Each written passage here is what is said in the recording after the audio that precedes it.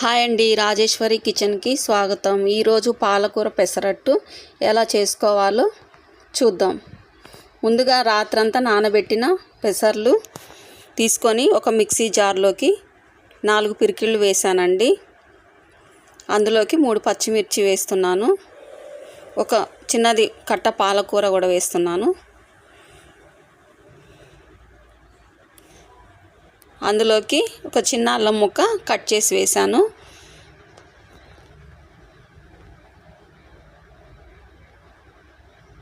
ఆ పప్పుకి సరిపడా ఉప్పు వేసి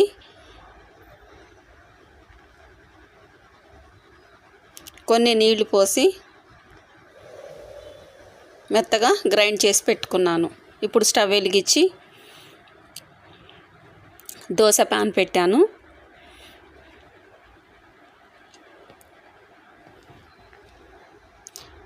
ఇప్పుడు మనం గ్రైండ్ చేసి పెట్టుకున్న పిండిలోకి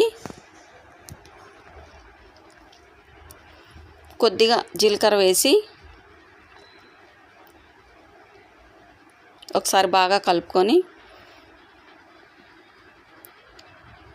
ఆయిల్ లేకుండానే వేసానండి దోశ. మరి దోశ పిండిలా కొంచెం పలసగా కాకుండా మందంగా వస్తుందండి ఇది. దోశ వేసినాక లో ఫ్లేమ్లో పెట్టి మూత పెట్టేసేయాలి.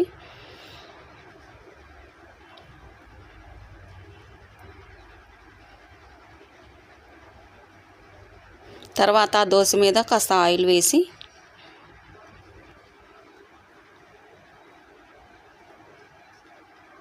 లో ఫ్లేమ్లోనే ఉడికించుకోవాలండి.